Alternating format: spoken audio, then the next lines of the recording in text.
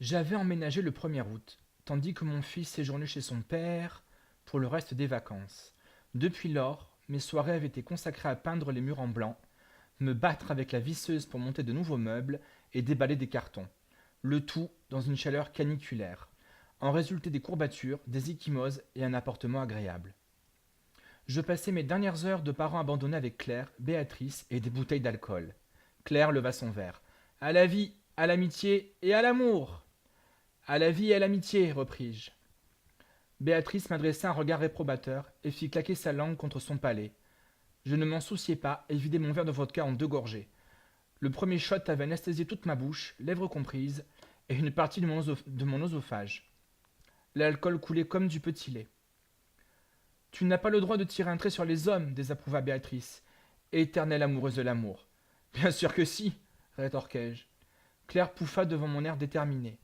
Je prédisais que me passer d'une présence masculine serait aisé. Personne ne me réduirait à nouveau le cœur et l'amour-propre en miettes. Il faudra bien que tu baisses tôt ou tard, fit-elle remarquer avec fatalisme.